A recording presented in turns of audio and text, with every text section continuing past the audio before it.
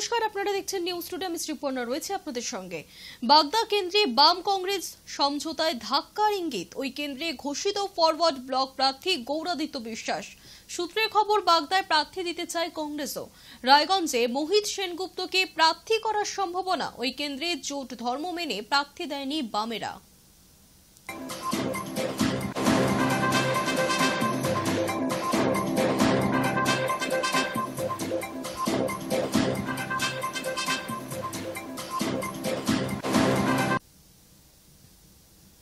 তৃণমূলের পর রাজ্যে 4 কেন্দ্রে উপনির্বাচনে প্রার্থী ঘোষণা করেছে বাম কংগ্রেস জোট। মানিকতলা কেন্দ্রে প্রার্থী করা হয়েছে সিপিআইএম এর কলকাতা জেলা কমিটির সদস্য রাজীব মজুমদারকে।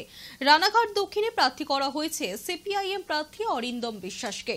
বাগদা কেন্দ্রে প্রার্থী হয়েছেন ফরওয়ার্ড ব্লক থেকে গৌরাদিত্য বিশ্বাস এবং রায়গঞ্জ থেকে প্রার্থী করা হতে পারে কংগ্রেসের মোহিত সেনগুপ্তকে।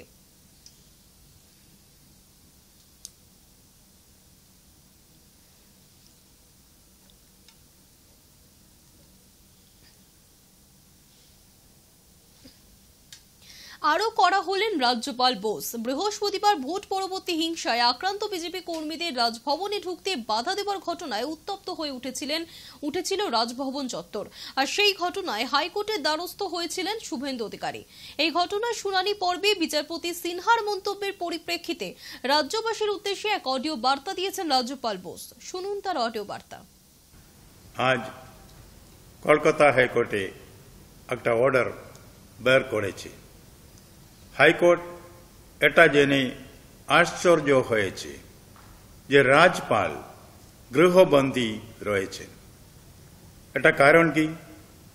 কারণ এটা হলো যে যাদের উপর হিংসা হয়েছে তারাই রাজ্যপালের সঙ্গে দেখা করতে চেয়েছিলেন, কিন্তু পুলিশ তাদের বাধা দিয়েছে।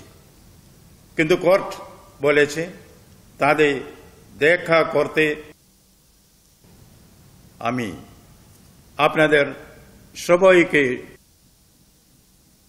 রাজভবনে আমরা হিংসার বিরুদ্ধে লড়াই করব, একসাথে করব। আমরা বাংলাকে হিংসা মুক্ত করব। আমি নেতাজির নামে শপথ করে বলছি, আমি কবিগুরু রবীন্দ্রনাথ ঠাকুরের নামে শপথ করছি, আমি স্বামী বিবেকানন্দের নামে শপথ করে বলছি, আমি শেষ পর্যন্ত লড়াই লড়ব। আমার সাথে আছে বাংলার মাটি, বাংলার জল, বাংলার বায়ু, বাংলার ফল। পুনঃ হোক হে ভগবান। কবীর দাস বলেছেন, তেরা साई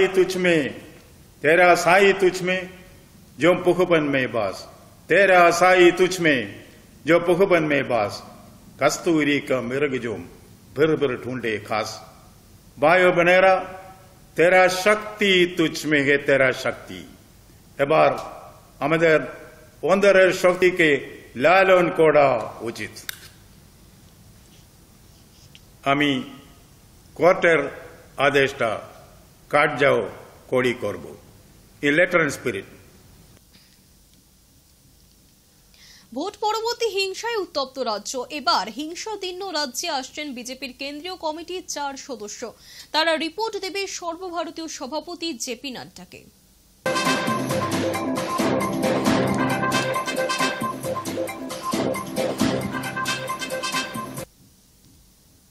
দোকানে ঢুকে তৃণমূল কর্মীকে গুলি, বোমা ভর্তি ব্যাগ সঙ্গে এনেছিল হামলাকারীরা। বসিরহাট থানা এলাকার পিফা গ্রাম পঞ্চায়েতের বাসতলা এলাকার ঘটনা। শুক্রবার রাত 8টা নাগাদ বসিরহাটের পিফা বাজারে গুলিবিদ্ধ হন তৃণমূল কর্মী আলতাফ মালি। অভিযোগ, 7 থেকে 8 জনের দুষ্কৃতী দল তাকে গুলি করে এবং বোমা ভর্তি ব্যাগ ফেলে রেখে পালিয়ে যায়।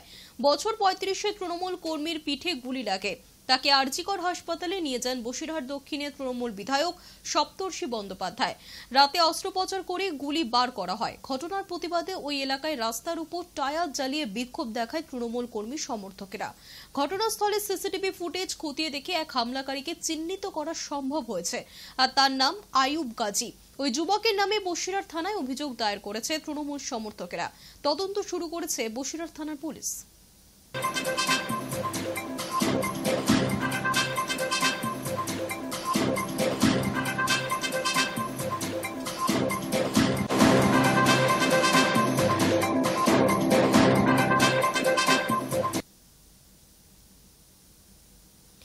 আতঙ্কিত হওয়ার কিছু নেই, তদন্ত শেষ না হওয়া পর্যন্ত অপেক্ষা করতে হবে। কর্তৃপক্ষ গোটা বিষয়টি দেখছে। নিট ইউজি কাণ্ডে মন্তব্য কেন্দ্রীয় শিক্ষামন্ত্রী ধর্মেন্দ্র প্রধানের, পাশাপাশি নিট নিয়ে কটাক্ষ করেছেন ব্রাত্য বসুও। ओर से सारा विद्यार्थियों को आश्वस्त करता हूं, पारदर्शी तरीका अपनाई जाएगी, कोई घबराने के कारण नहीं है। परीक्षा अच्छी हुई है, एक दो जाके घटना संज्ञान में आई है, उसमें भी जो इंक्वायरी चल रही है, जो कोर्ट की संज्ञान में रहेगा, जो कोर्ट कहेगा ऐसे कर लिया जाएगा।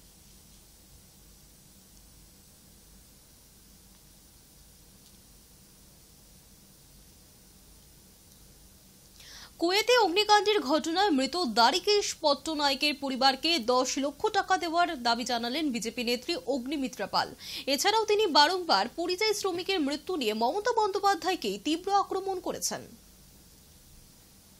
সমস্ত পরিবারকে ছেড়ে আজকে তাকে যেতে হয়েছে কুয়েতে কাজ করার জন্য, ছুটি কাটানোর জন্য নয়।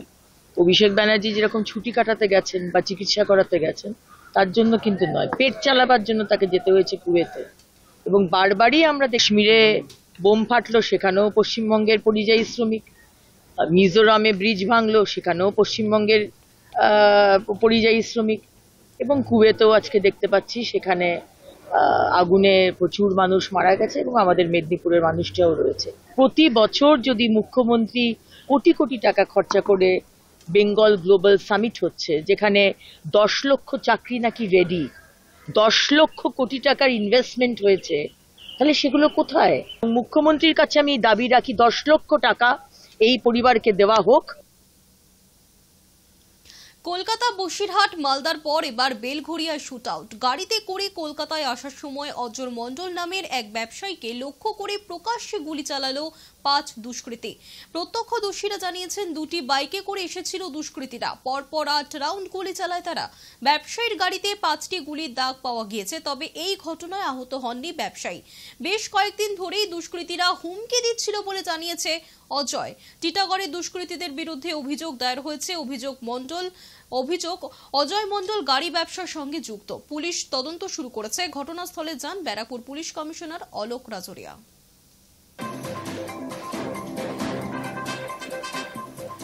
পরবর্তীকালে ওনার কাছ থেকে জানতে পেরেছি যে ওনাকে টাকা চাওয়ার জন্য র্যানসাম কল যেটা বলি আমরা, ওনাকে তারপরে কিছু লোকরা কল করছে, সেটা উনি কারোর সঙ্গে আমাদের থানার সঙ্গে শেয়ার করেনি। ওটা এখন আমরা জানতে পেরেছি, আমরা তদন্ত স্টার্ট করেছি। আমরা সেই নিয়ে এখানে খাস কলকাতায় শুট আউটের ঘটনা। পার্ক স্ট্রিট এলাকায় শুট আউট। গতকাল বিকেলে বাইক পার্কিং নিয়ে ঝামেলা এবং মাঝরাতে চলল গুলি। আহত সেই ব্যক্তি এখন চিকিৎসাধীন। খাস কলকাতায় শুট আউট।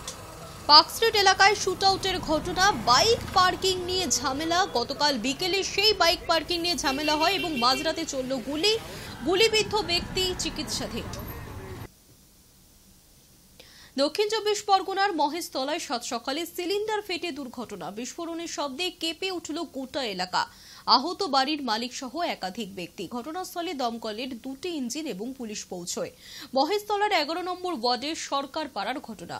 শনিবার সেখানকার একটি বহুতলে আচমকাই পরপর 2টি গ্যাসের সিলিন্ডার ফেটে যায় এবং সেখানে বাড়ির মালিক সহ আহত 3 জনকেই হাসপাতালে পাঠানো হয়েছে।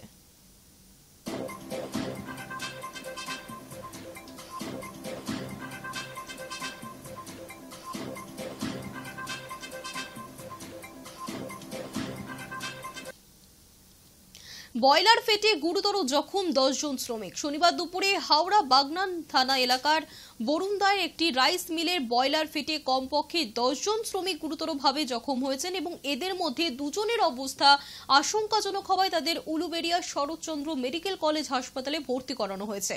স্থানীয় সূত্রে জানা যাচ্ছে, শনিবার বেলা 11:30 নাগাদ বরুণদার ওই রাইস মিলে বিকট শব্দে বয়লার ফাটার শব্দ শোনা যায় এবং তীব্রতা এতটাই ছিল যে এলাকার প্রায় 1 কিলোমিটার জুড়ে বাড়ির জানলার কাঁচও ভেঙে গিয়েছে। বিস্ফোরণের তীব্রতায় আতঙ্কিত হয়ে ওঠেন এলাকার লোকজন।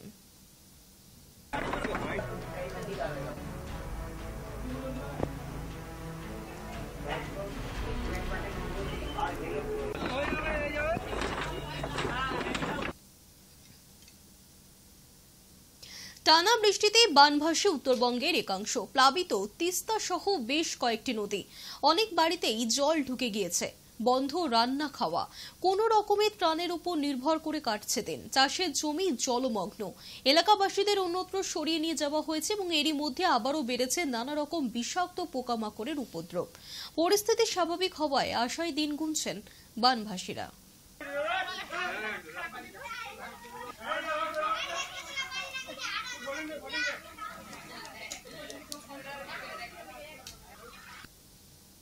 সন্দেহভাজন 5 যুবককে আটক করল পুলিশ। মুর্শিদাবাদের গজনীপুরের ঘটনা। অভিযুক্ত যুবকদের শনিবার জেলা আদালতে তোলা হলে বিচারক 14 দিনের পুলিশি হেফাজতের নির্দেশ দিয়েছেন। পুলিশ সূত্রে জানা যাচ্ছে, শুক্রবার গভীর রাতে উদ্দেশ্যহীনভাবে 5 যুবক একটি গাড়িতে বসেছিল। এরপর তাদের জিজ্ঞাসাবাদ করা হলে তাদের কথায় ধরা পড়ে একাধিক অসঙ্গতি।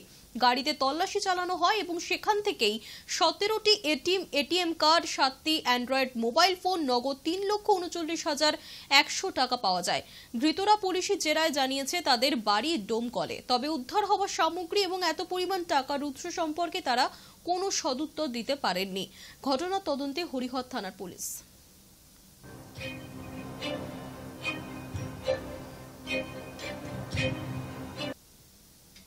নিউজ টুডে এখনকার মতো এই পর্যন্তই। দেখতে থাকুন হাই নিউজ নির্ভীক নিরপেক্ষ।